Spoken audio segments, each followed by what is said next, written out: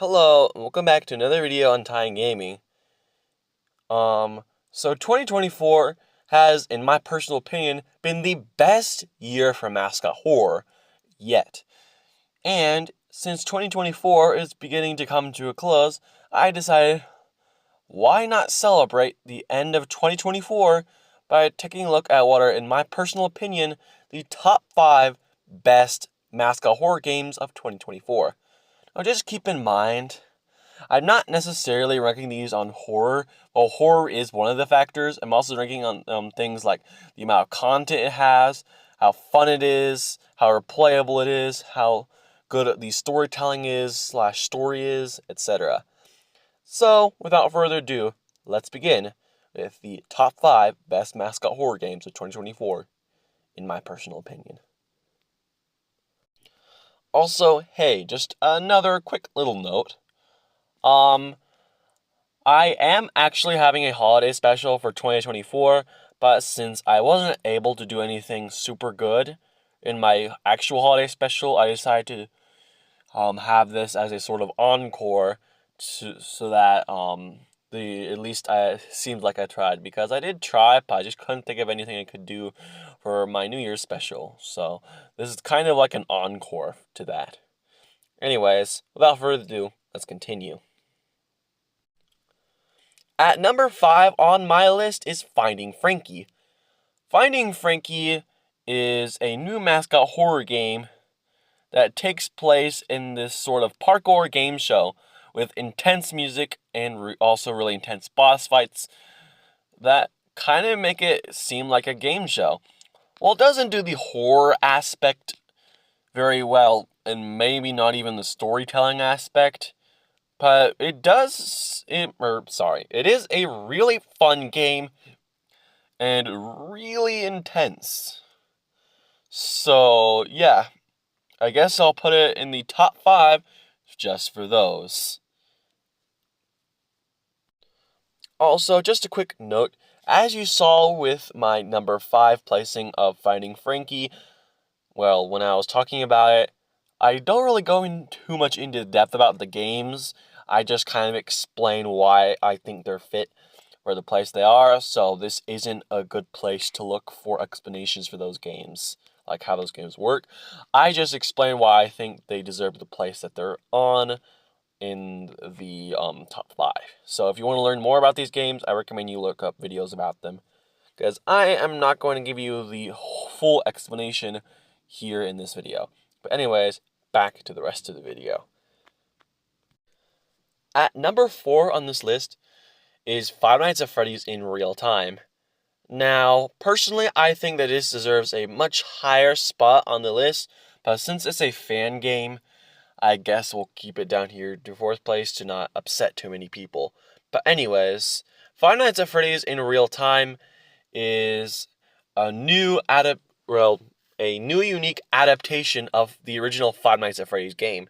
It's a very unique twist of Five Nights at Freddy's 1, with all kinds of different challenges and unique stuff to make it a really interesting game overall. The music is good, the horror is good, the storytelling is good. I mean, there's content, may not have as much content as some of the games here, but certainly has a lot. And it's just good. Like, it's just that good. So, personally, if you're a Five Nights at Freddy's game, or Five Nights at Freddy's fan, not game, I'm being a dum-dum. But anyways, if you're a Five Nights at Freddy's fan who loves fan games, Five Nights at Freddy's in Real Time is definitely for you, especially if you're more of the nostalgic type. At number 3 on this list is Indigo Park Chapter 1. Indigo Park Chapter 1 is a new horror game created by creator Unique Geese that is pretty good, actually. I didn't expect Indigo Park to be that good, especially with it being from a new creator, one that had created a Garden of Banban recreation before. Personally, I'm not a big fan of Garden of Banban. I don't hate it, I don't like it either. I'm just sort of kind of mid in terms of Garden of Banban. But yeah, I never thought Indigo Park would be this good, but apparently I was wrong.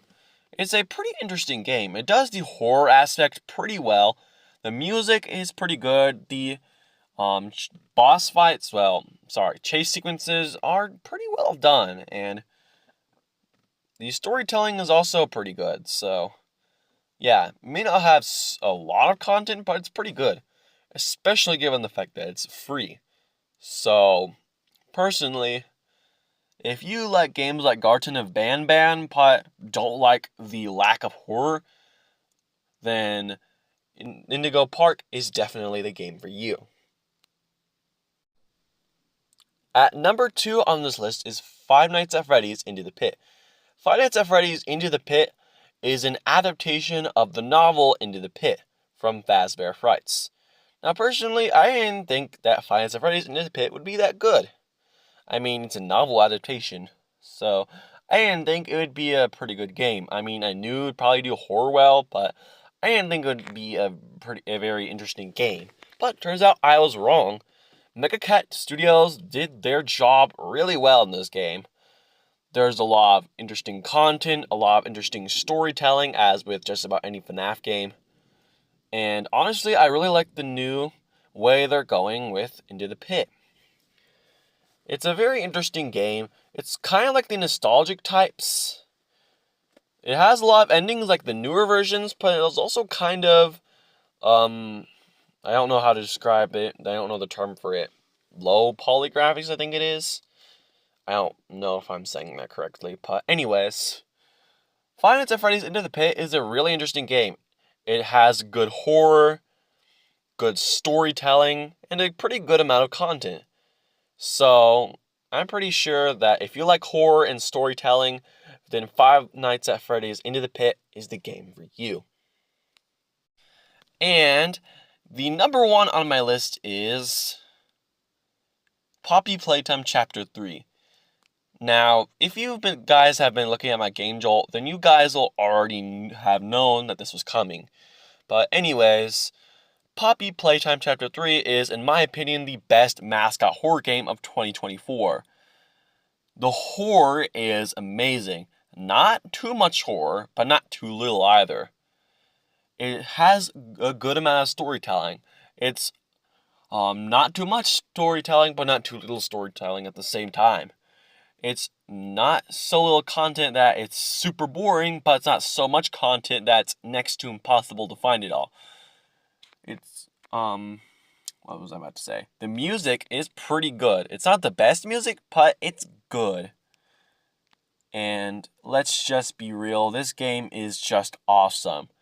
Although I am a sucker for Poppy Playtime, but I think that Poppy Playtime Chapter 3 was easily the best game of 2024. Well, mascot horror game. I mean, in terms of all games, it does tie with another game, but in terms of mascot horror games in 2024, Poppy Playtime Chapter 3 definitely takes the top spot for me. So, honestly, I think Poppy Playtime Chapter 3 is a really amazing chapter. It's the best chapter in the installment yet, with a 4th chapter coming that's supposed to be even better. And this chapter is the one that brought me into the Poppy Playtime universe, and it makes me really excited for what's to come for Poppy Playtime. Anyways, that's the end of today's video. If you liked today's video, please hit the like, and as always, subscribe. It really helps. Also, you know what also helps?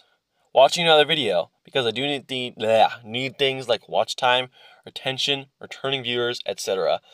Also, 2024, especially the latter part, has been one of the best years of my life. And plus, my channel has been doing really well too. I never expected my channel to do super well. In fact, I never thought that I'd ever exceed like 10 subscribers. Subscribers, I'm sorry.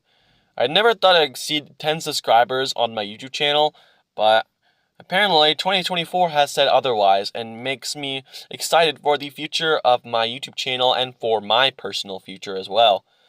So for those of you who have joined along the ride with me, thank you.